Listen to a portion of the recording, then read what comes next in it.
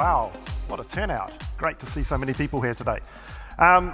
So I'm going to ramble on a little bit about what security means to me. I'm going to kind of give you a bit of a high-level view of my world that I live in and what it means for you as an organization. I'm going to pose a few questions as I go, and I'm not necessarily going to answer all those questions. The reason being, some of them are for you to take back with you and ask of your own departments. And also some you might want to ask of the panel when they come up here as well. So as Simon mentioned, I'm currently in the role of Head of Cybersecurity across the AMAP region for Vodafone. And what's the AMAP region cover? Well, it covers markets like South Africa, Tanzania, Lesotho, Mozambique, the DRC, Qatar, Egypt, India, and of course Australia and New Zealand, to name a few. So when you think about it, across all those different markets, there's a whole range of geopolitical environments that I'm operating in, and therefore a whole range of different threats that we begin to see across those markets. So I can leverage a lot of that experience when I start to think about why security is so important in an organization, and particularly what you need to focus on going forward. Because when we think about it, there's kind of this utopia that we're all aiming towards. We've got a digital economy that we want to have, we want businesses to thrive, it's a perfect world that we want to strive to get to. But between us and this perfect world is like a field of uncertainty that we need to navigate. And this is where we need support from security to get through that field. But when I talk to organizations, you always hear the same thing. People talk about how security is hard. If you ask a security engineer about their job, they'll just say it's hard. Security is really, really hard to do. But why is it so hard? Because effectively, at the end of the day, security is just like engineering in some ways. And with engineering, you've got principles that you can follow. So why is security so different to other engineering traits? Like, for example, building a bridge. You know, when you build a bridge, they don't usually fall down because they follow foundations. They follow standard principles that have been built up over time to be able to create a structure that's going to last for a long period. When you build a network, it's the same. If you were to create a network to get packets from one part of the network to another, there are some engineering principles that we can follow, and they don't usually change that much. You know how to build entropy, or you know how to allow for entropy, you know how to allow for network resilience, planning for the fact that hardware sometimes fails, it's not always that reliable. So, shouldn't security be the same thing? Shouldn't we have principles that we can build on? Well, we do. But we operate in a slightly different landscape than the people who build bridges or the people who create networks, because our evolving threats are changing so dramatically and so quickly. So let's take a look at that from a bridge builder's point of view. Let's just say we're going to build a bridge in the security world. So we're going to build a standard foundation. We're going to follow the principles of engineering to create a bridge. That's all well and good. But as we're constructing our bridge, we suddenly find out that someone's going to try and destroy our bridge. And they're going to do it by climbing along the spans and planting bombs or something like that. So we'll put some walls up to protect the bridge, to stop them getting along the spans. Then we discover that they're going to use a submarine, and they're going to try and take down the support struts of the bridge. So again, we could put in our own submarine to detect their submarine, or we could put in some sonar buoys to listen out for their submarine. And then we discover that they're now going to use a plane, and they're going to drop bombs on our bridge. So we could drop some anti-aircraft guns on the bridge, throw in a couple of missile launchers because they look cool. They always look good in a James Bond movie. But now, our threat actor has decided to do something different. They're just going to drive a car on the bridge full of explosives and set it off. So now we have to suddenly put in some barriers, some gates to protect the bridge, to actually check as cars coming on. And maybe throw in a couple of tanks just to intimidate people driving over the bridge so that they keep going. And then our threat actor decides to get really smart. They're going to launch a rocket into space, attach it to an asteroid, and throw that at the bridge.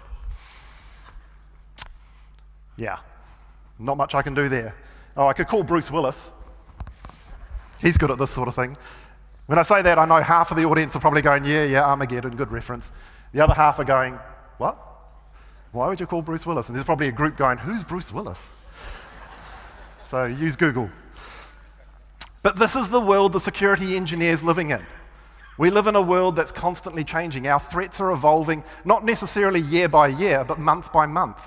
So we can't rely on foundations that are set in principle to build our bridge. We've got to look at what's happening in the landscape around us on a regular basis. We have these things called threats, which I've been dealing with just before, and we have our mitigations. Now, mitigations don't necessarily have to be technology-based as well. They don't have to be a box with flashing lights that you drop into your network. They could be mitigations relying around policy, procedures that you have.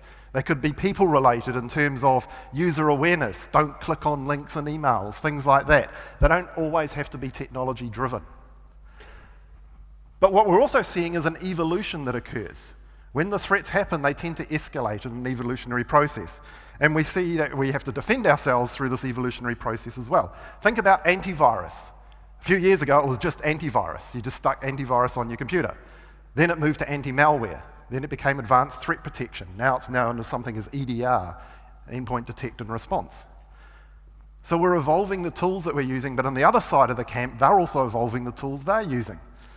10 years ago, there used to be a tool out there that if you wanted to take down a company, you'd use a tool called the low-orbit ion cannon to launch a denial-of-service attack against an organization. That then evolved into the high-orbit ion cannon, which became the geosynchronous ion cannon, which then evolved into effectively a cloud service. So now you can buy, as a service, denial-of-service attack off the cloud, complete with a service desk and support staff, should your denial-of-service attack not be working the way you want it to. So this evolution is occurring not just on our side, in terms of the way we protect our networks, but also on the side of the people wanting to break into our networks. The other thing that's occurring here is that we see an escalation going on. It's like an arms race. There's a cyber equivalent of an arms race that's occurring. As we build our defences up, people are finding better ways to get through them. And effectively, that cyber arms race is continuing to grow and grow and grow, until we reach the point where we end up with MAD, mutually assured destruction. We're going to reach the nuclear equivalent in the cyber world. What's the nuclear equivalent in the cyber world look like? Well, it's effectively turning off the internet. That's your effective nuclear button that occurs out there. Now, unlike the physical world equivalent of mutually assured destruction, which is actually an official strategic term, it's hard to believe, but yes, it's actually a strategic term that you build up big enough weapons that everyone's too scared to use them. But in the cyber world, the nuclear button has been pressed more often than you might think. In 2011, in Egypt, during the riots, the government shut off the internet. The country went dead, effectively went black to the rest of the world. And that was to prevent rioters from getting access to social media to be able to communicate and plan their next lot of riots. And as we look at stats around the last few years, a few countries have actually pressed this internet button, this nuclear button, more times than you might think. India, for example, has done it 154 times over the last few years. So, mutually assured destruction does exist. So, we have an evolving landscape, we have evolving threats that are going on. Security also needs to evolve to keep up with that, not just necessarily with the tools we're using, but the way we're perceived and the way we operate within business. Traditionally, security was always considered to be a protector. We sit there and we protect data. We protect the business from threats. We do a protection role. And that's kind of a back office function, usually associated with padlocks and presentations, which I really hate. And also with security guards, because that's kind of the physical equivalent that most people can relate to. But when you're in this back office function, you're not really affecting the business too much. Sometimes you can be seen to be a roadblock to the organization. Padlocks themselves, although they lock things up, it makes it difficult to get access to them when you really need to sometimes, finding the right keys to get in. If you think about security in terms of a consumer world, it's more around safety that people think about. How do we make safe environments? How do we create a world that's safe for curious young minds to grow in? How do we make sure our economy is safe that people can transact online? So it's a more emotive stance when we talk about it in a consumer space. My view is that security needs to move away from being just a protector, and we need to move towards being a guide in an organization. We need to guide the business. Remember, we had that utopia we want to reach, and we have that landscape we need to get across to reach that utopia. Security is there to guide the business across that landscape. We're there to make it possible to reach that end state that the organization wants. It's an enabler, not a back office function. It needs to work with the executive, the CEO, the board of directors. Security needs to be visible across the whole organization. And it's not just the role of a security department to do that. It's the role of everyone in the business to make sure that security is part of the DNA of an organization. But there's another way that security needs to evolve as well. We need to evolve in the way we approach our strategies and how we manage security. Traditionally, when you look at security, it's always been considered like a siege mentality. We develop our strategies around protecting information in one location, building walls around it, firewalls and things like that. And whenever you see presentations on security, they're normally attached to castles or something physical, some barrier that we put in place to prevent people from getting access to our data. And this worked a few years ago, because typically you would go to work and you would sit at a computer in the office, connected to a corporate network with your servers, and that would be it. You wouldn't take anything away from the organization. But we live in a different world now. Our data has gone feral. It's no longer in data centers within our networks protected by these barriers. It's sitting out on mobile devices, on tablets, on cell phones, on watches even. Our information has spread well beyond the organization. So we need to rethink the strategies we take and how we protect ourselves and how we protect our data and how we guide the business going forward. In my view, we need to move away from a siege mentality and more towards what we call submarine warfare, where we start hunting for threats within our organization, actively looking for where the risks are. We still need walls. Don't get me wrong, walls still are important. Firewalls, don't go off and turn off all your firewalls saying, it's useless, Colin said so. We're not going to use them anymore. No, firewalls are still important. But security needs to evolve beyond that walled mentality. We need to start thinking about how do we protect the information. And not necessarily on the devices it sits on, because you can build controls around the devices as well. So you can have encryption on your tablets, you can have encrypted hard drive on laptops, you can make it harder to get access to the data if you have access to the device physically. Because we all know it's going to happen. Someone's going to leave their laptop on a bar or in a taxi or something like that. So you can protect that. But what happens when the information leaves those devices? It gets emailed to a Gmail account, it gets just put into a Dropbox somewhere, or it even goes to a legitimate third-party supplier. How do we ensure that you've got controls built in around the information itself so that no matter where it sits, you have the assurance that it's actually protected? That's where we need to focus our efforts. Because at the end of the day, accidental leakage of information will always occur. You can't 100% prevent the human factor from occurring within an organization. Someone's going to email something to the wrong person one day. You just got to make sure it's impossible for that person to open the file that they're not supposed to have access to.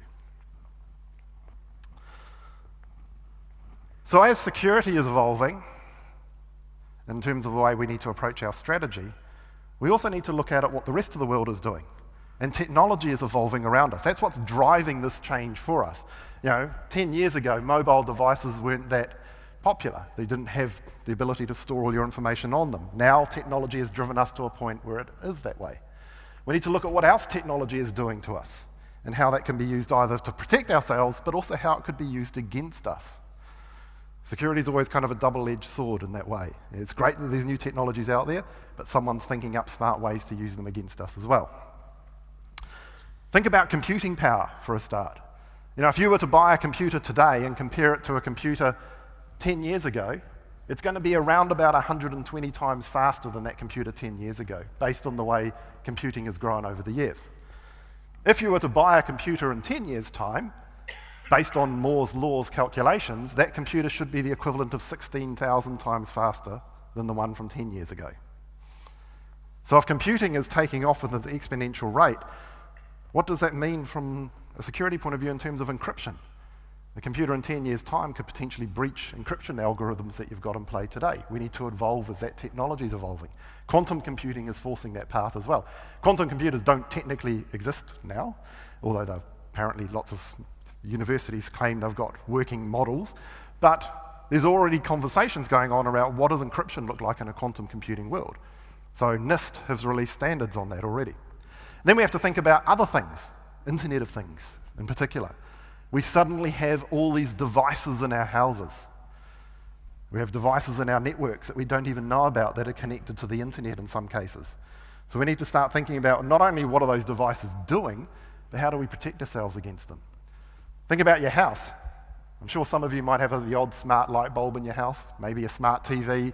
Someone may even have a smart fridge. There's toasters coming. There's all sorts that you can get connected. And these devices are all designed to talk to one another, talk to the internet without you even knowing. The ultimate world, the fridge will go and order milk for you when it detects that milk's getting too low, things like that. But how do you know what those devices are doing? Because when you sit at home, you can turn on the light and you can see it's working. You can change the color of it if it's a flash light bulb. You don't necessarily know at the same time it's doing a denial of service attack against Kmart or something like that without you knowing. So we're seeing evidence of this occurring. The Mirai botnet, for example, was the first real evidence of an Internet of Things denial of service attack.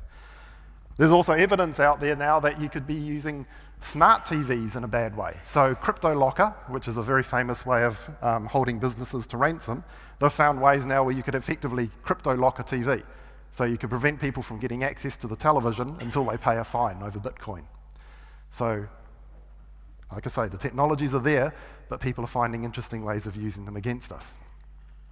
We're also seeing this big growth in terms of the way we communicate. So think about what's coming on the horizon with 5G, increased network speeds, decreased latency. Imagine what a world would look like where instead of having maybe 40 or 100 meg to the phone, you can get a gigabit to the phone or to any mobile device. Sounds really good for downloading those movies, but it can also be used against you as well. So we need to evolve ourselves as the technology is changing around us. The city of Atlanta is a perfect example of this. They decided they wanted to be one of the world's first smart cities. So they invested a lot of money in actually trying to put in smart infrastructure across the city. And this is one of the news headlines that came out, making a big proclamation to the world, look at us, we're so wonderful. The next news headline that followed, Atlanta got hacked. They were held to ransom by a CryptoLocker variant. Effectively, all the city's data was locked up and they couldn't get access to it. So you've got to be careful about what statements you make out there. But like I say, they're getting smarter. You know, who would have thought sprinklers could be used against us? But smart sprinklers could actually become an attack mechanism. Because if you think about it, if you had, in the height of summer, where you've got low water reservoirs, and someone worked out how to turn on all the sprinklers in the city, they could effectively drain the water supply, therefore holding the town ransom. So people are finding interesting ways to use these smart devices against us. Also, it creates kind of a new form of attack that we're seeing called a supply chain attack, where you're not necessarily going to be hacked through your network, but through devices attached to your network. Who would have thought a fish tank could be used to attack you? Well, it happened to a casino. An internet-connected thermometer through the fish tank, which was connected to the corporate network to get internet access, was used to actually breach the corporate network of the casino. Supply chain attacks are becoming more commonplace. Target got targeted, funnily enough, by using air conditioning units that were attached to the internet, again through the corporate network. So they didn't come into Target directly, they went through a third-party supplier that was providing data to them, or equipment for them. And these attacks aren't always just monetary driven. Target also got attacked once through its phone system, where the attackers decided to get access to the PA network inside the stores and broadcast some rather inappropriate content across the PA system, which caused a huge embarrassment. So sometimes these aren't necessarily technology driven.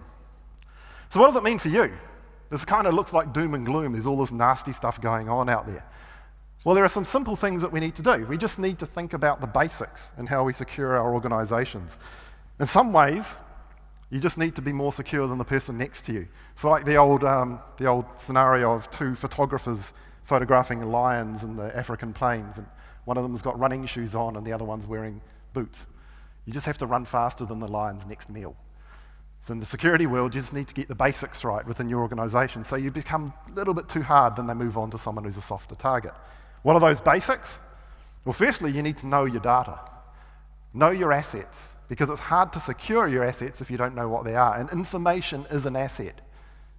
Don't think it's not. It's actually a key asset of your business. Customer data is just as important as the servers it's sitting on.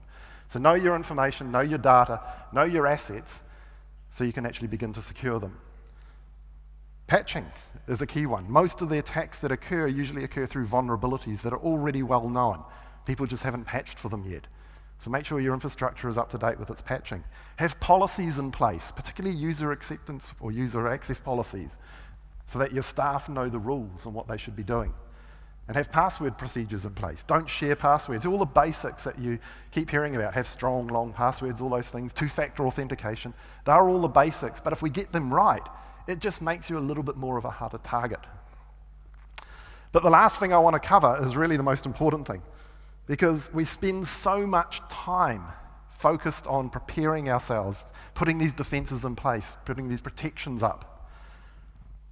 But we don't think about the next two stages that are just as important, because that's before the attack. What happens during an attack, and what happens after an attack? Because during an attack is the key. That's where your business will survive or fail miserably, how you handle the procedure of an attack. Be prepared for it. Make sure your executives in particular are prepared for it.